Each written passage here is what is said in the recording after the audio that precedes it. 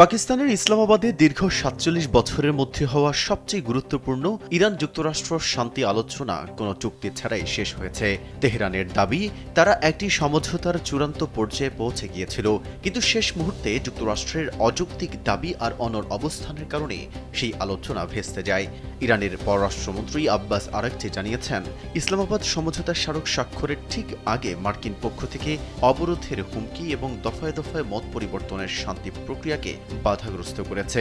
ইরানের president Masoud Pezeshkian এবং parliament speaker Mohammad বাঘের গালিবাফও মার্কিন নীতির তীব্র সমালোচনা করেছেন। গালিবাফ স্পষ্ট করেছেন যে ইরান আলোচনার জন্য গঠনমূলক প্রস্তাব দিলেও যুক্তরাষ্ট্র সদিচ্ছার পরিবর্তে শত্রুতার পথ বেছে নিয়েছে। এদিকে আলোচনার অচলাবস্থার মাঝেই মার্কিন প্রেসিডেন্ট ডোনাল্ড ট্রাম্প হরমুজ প্রণালীতে ইরানের বন্দরে যাতায়াতকারী জাহাজের ওপর নৌ অবরোধ আরোপের হুমকি দিয়েছেন। ইরানি নেতৃত্বের মতে যুক্তরাষ্ট্রকে আগে তাদের কঠোর নীতি পরিহার করে ইরানের জনগণের অধিকারকে সম্মান করতে হবে।